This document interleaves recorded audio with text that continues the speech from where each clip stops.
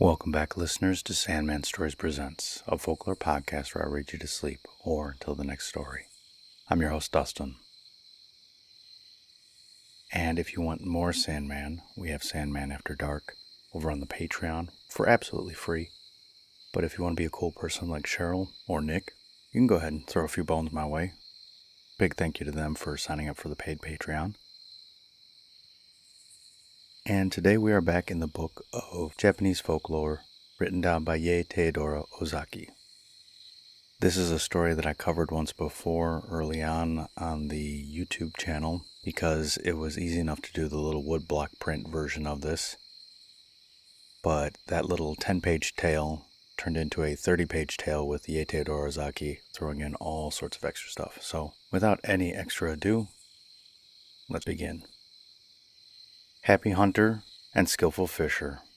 Long, long ago, Japan was governed by the fourth Mikoto. Because of his unmatched skill as a hunter, he was called Happy Hunter of the Mountains. His older brother was a very talented angler, and he was named the Skillful Fisher of the Sea. The brothers led happy lives, the one hunting and the other fishing. One day, Happy Hunter came to his brother and said, "Brother, I see you come home with lots of fish. I'm the top hunter in the forest, but I'd like to change, if only for a day." Skillful Fisher listened to his brother and thought for a minute, and at last he answered, "Yeah, sure, why not? Give me your bow and arrows and I'll go hunt. Go ahead and go fish."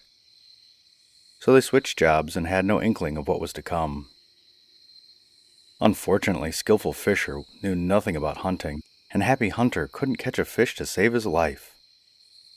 Happy Hunter took his brother's prize rod and reel and went down to the water. He cast it several times, but brought in nothing. He spent the whole day like this, sitting on the rocks, holding the fishing rod, and waiting in vain for a little nibble. By that evening, he had not caught a single fish. Pulling up his line one last time, he found that he had lost the hook, too. He worried because he knew it was his brother's favorite hook. Happy Hunter looked everywhere for the hook, and while he was searching, his brother arrived. He hadn't caught anything either, and he was in a terrible mood. When he saw Happy Hunter searching about on the shore, he knew that something must have gone wrong, so he said, "What are you doing?"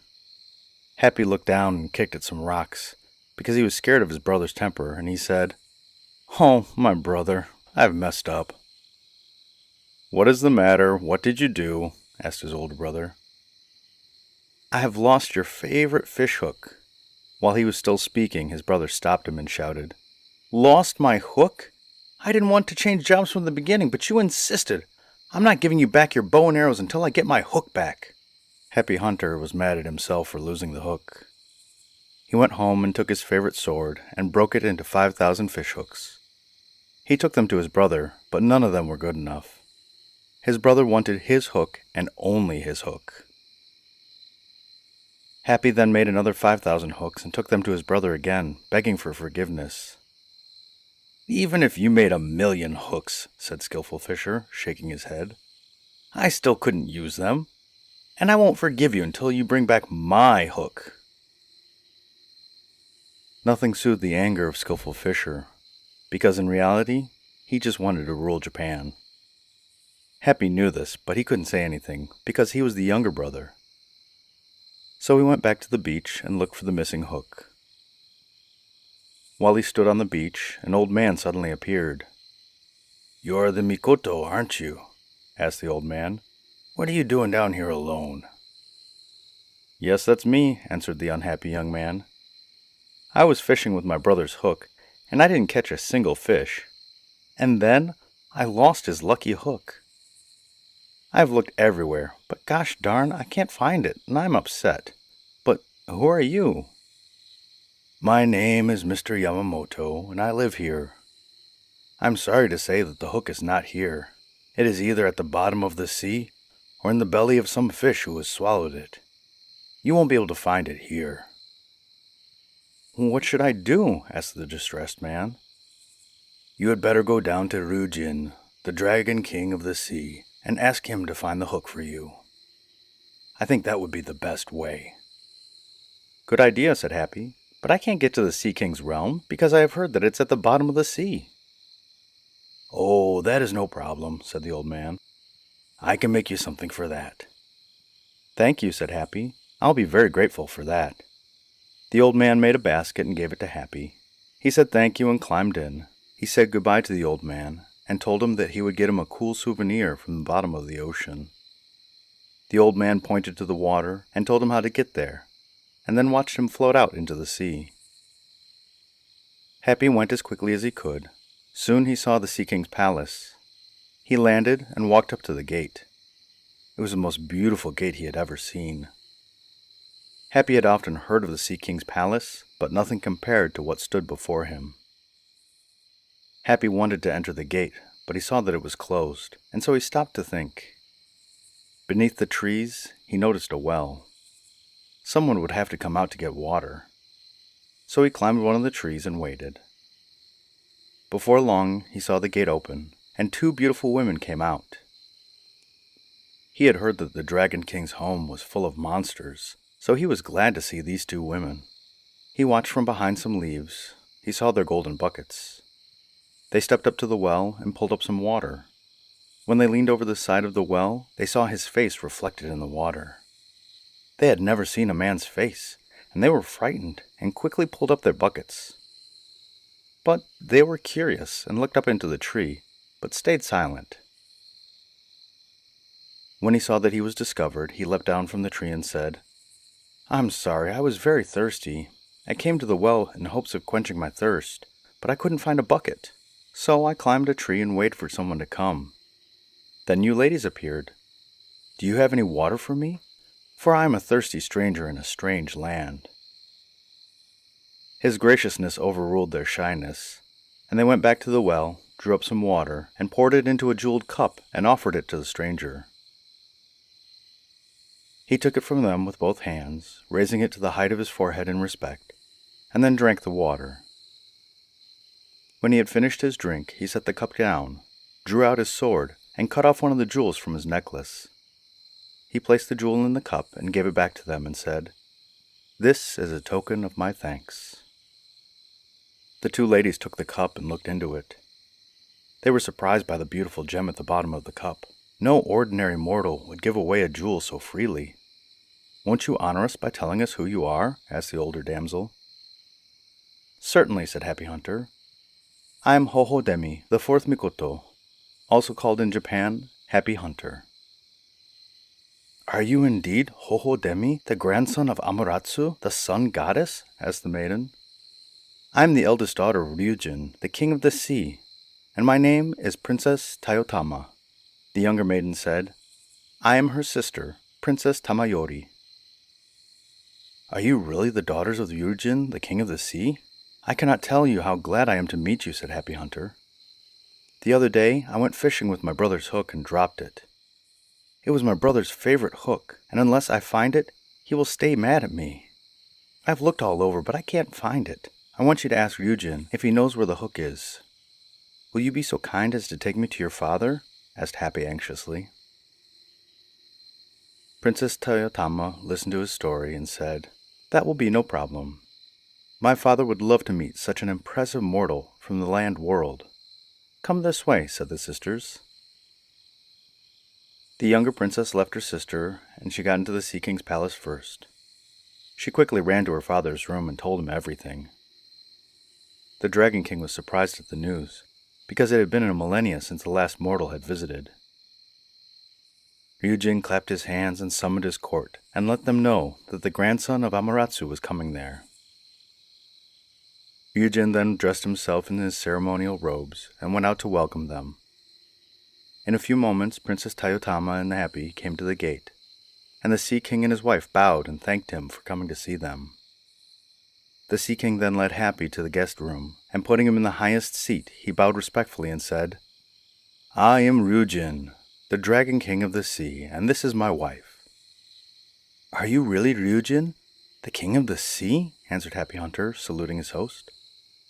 "I am sorry for all the trouble that I am giving you because of my unexpected visit."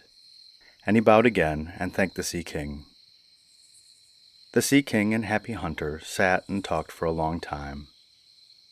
At last the Sea King clapped his hands, and then a huge retinue of fishes appeared, holding trays on which all kinds of sea delicacies were served. A great feast was spread before the king and his royal guest. The time passed so pleasantly that Happy seemed to forget his troubles and why he had come to the Sea King's realm, and he gave himself up to the enjoyment of this wonderful place. Who had ever heard of such a wonderful place? But then Happy remembered the hook, and he said to his host, "Perhaps your daughters have told you, King Ryujin, that I have come here to try and find my brother's hook, that I lost while fishing. May I ask you to ask all your subjects if they have seen a lost hook?" "Certainly," said the Sea King. "I will bring them here and ask them immediately." As soon as he had issued his command, the octopus, the cuttlefish, the oxtail fish, the eel, the jellyfish, the shrimp, and the flounder, and many other kinds of fish, all came in and sat down before Ryujin and arranged themselves. Then the Sea King said solemnly, "Our visitor who is sitting before you all is the grandson of Amaterasu. He is called Happy Hunter. While fishing the other day on the shores of Japan, someone robbed him of his brother's fishing hook. He came all this way down to the bottom of the sea to our kingdom because he thought that one of you may have taken the hook from him as a laugh. If any of you have done so, you must return it immediately. Or, if any of you know who the thief is, you must at once tell us his name and where he is." All the fishes were surprised when they heard these words, and were silent for a moment. They sat looking at each other and at the Dragon King. At last the cuttlefish came forward and said, "I think the rosefish must be the thief." "Why?" asked the king. "Last night the rosefish wasn't able to eat anything, and it seems like he has a sore throat. So I think the hook may be in his throat. You had better send for him at once." All the fish agreed and said, "It is certainly strange that the rosefish is the only fish who has not obeyed your summons. Will you send for him and ask about it? Then our innocence will be proved." Without waiting for the king's order, the cuttlefish started for the rosefish's dwelling. He brought him in before the king. The fish sat there looking frightened and ill. He certainly was in pain, for his red face was now pale, and his eyes were nearly closed, and looked half their usual size. "Answer, O rosefish," cried the Sea King. "Why didn't you come to my summons today?" "I have been sick since yesterday. That is why I could not come," said the fish weakly. "Don't say another word," cried out Ryujin angrily. "Your illness is the punishment of the gods for stealing Happy's hook." "It is true," said the rosefish. "The hook is still in my throat, and all my efforts to get it out have been useless. I can't eat, and I can barely breathe, and I feel that it will choke me. I didn't mean to steal the hook. I snapped at the bait in the water, and the hook came off and stuck in my throat. Please forgive me. Oh, please, hurry up and pull it out," cried the rosefish pitifully, for he felt the pains in his throat. "I do want to return the hook to Happy." "All right, Mr. Rosefish," said his friend the cuttlefish, and then opening the fish's mouth as wide as he could, he put one of his feelers down the rosefish's throat. He took the hook out of the large fish's mouth. Then he washed it and brought it to the king. Ryujin took the hook and then returned it to Happy, who was overjoyed at getting back his hook. He thanked Ryujin many times. Ryujin forgave his subject at once, at the request of his guest. The fish was so glad that he shook his fins for joy. Now that the hook was found, Happy had nothing to keep him in the dragon's palace, and he was anxious to get back to his own kingdom and to make peace with his angry brother. But the Sea King begged him not to go, but to stay as long as he liked. While Happy Hunter was waffling, the two lovely princesses came in, and joined their father in pressing him to stay. If he were to say no, it would look very ungracious, so he stayed for a while. Happy Hunter found that 3 years went by quickly in this delightful land. The years pass swiftly when one is truly happy. But though the Sea King's kindness seemed rather to increase than to grow less with time, Happy Hunter grew more and more homesick as the days passed, and he could not hide his anxiety to know what had happened with his brother at home. So at last he went to the Sea King and said, "My stay with you here has been most happy, and I am very grateful for all your kindness to me, but I govern Japan. And as delightful as this place is, I cannot leave my country for so long. I also must return the fishhook to my brother and ask for his forgiveness. I am very sorry to leave you, but this time it cannot be helped. With your gracious permission, I will leave today. I hope to visit again soon some day." King Ryujin was overcome with the sorrow at the thought that he must lose his friend, and his tears fell fast as he answered, "We are indeed very sorry to part with you, Happy, for we have enjoyed your stay with us very much. You have been a wonderful guest. I hope you will not forget us. Strange circumstances have brought us together, and I trust the friendship between the land and the sea will last, and will grow stronger than it has ever been before." When the Sea King finished speaking, he turned to his daughters and asked them to bring the 2 tied jewels of the sea. The 2 princesses bowed and left the hall. In a few minutes they returned, each carrying a flashing gem, which filled the room with light.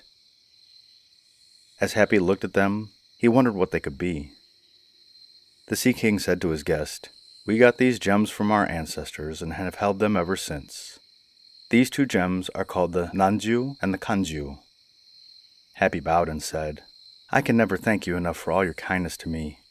And please tell me what these jewels are." The Sea King answered, "The Nanju is also called the Jewel of the Flood Tide, and whoever has it in his possession can command the sea to flood the land at any time.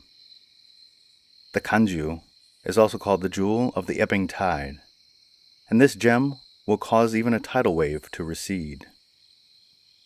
Then Ryujin showed his friend how to use the talismans and handed them over to him. Happy was very glad to have these 2 wonderful gems, the Flood Tide Jewel and the Ebbing Tide Jewel, to take them back with him, for he felt that they would come in handy. After thanking his kind host again and again, he prepared to leave. The Sea King, and Tayotama and Tamayori, and all the palace came out to say goodbye. And before the sound of the last goodbye had faded, Happy passed the gateway on his way to the beach. Here, instead of the basket in which he had come in on, a large crocodile was waiting for him. He had never seen such a huge creature. It measured 8 fathoms in length, from the tip of its tail to the end of its long mouth. The Sea King ordered the monster to carry Happy back to Japan. It traveled faster than any steamboat, and Happy Hunter returned to his own land. As soon as the crocodile landed, Happy ran to tell Fisher of his safe return. He gave him back the fishhook that had been swallowed by the rosefish. He begged his brother's forgiveness, telling him all that had happened in the Sea King's palace, and the wonderful adventures that had led him to the finding of the hook. Fisher had used the lost hook as an excuse to drive his brother out of the country. When his brother had left him that day, 3 years ago, he took his brother's place and had gotten rich. Now Happy Hunter stood before him, spoiling his riches. Fisher feigned forgiveness because he had run out of reasons to kick his brother out. But in his heart, he was very angry and hated his brother even more. At last he could no longer bear the sight of him, and planned to kill him. One day while Happy was walking, his brother followed him with a dagger. Happy knew that his brother was following him, and he felt that now, in this hour of great danger, that it was time to use the jewels and prove what the Sea King had told him was true. He took out the flood jewel from his pocket and raised it to his forehead. Instantly the sea rolled in, wave after wave, over the fields and over the farms, till it reached his brother's feet. Fisher stood amazed and terrified to see what was happening. In another minute, he was in the water and asking his brother to save him from drowning. Happy had a kind heart. He put away the flood jewel and took out the ebb jewel. No sooner did he hold it up than the sea ran back, and the farms and the fields and the dry land appeared as before. Fisher was frightened at his near-death experience, and he was greatly impressed by his brother. He changed his mind about his brother and pledged to faithfully serve his younger brother. Then Happy Hunter said that he would forgive his brother if he would stop his evil ways. Skillful Fisher promised, and there was peace between the two brothers. From this time he kept his word and became a good man and a kind brother. Happy Hunter now ruled his kingdom, and there was peace in Japan for a long, long time. This is the congratulatory ending of Happy Hunter and Skillful Fisher.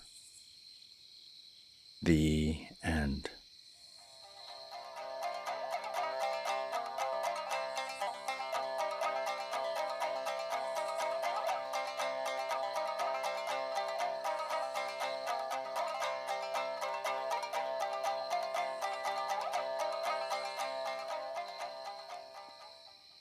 Whew. I like this story. I covered it once before when I was covering the Woodblock Prince. Of course, Theodora added in an extra 10 pages, not exaggerating, to make the story sound more fancy. I like how the younger brother visited the Sea Dragon's realm and had a good time.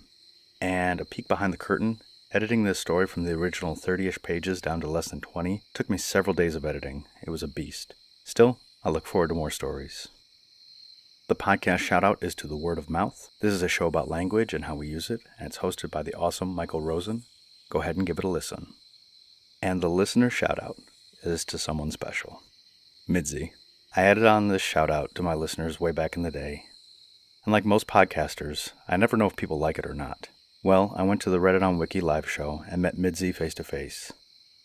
She said she liked the podcast shoutouts. And so I say to her, and to the other cool folks that I met at the live show, 감사합니다. 그리고 잘 자요. Thank you, and sleep well.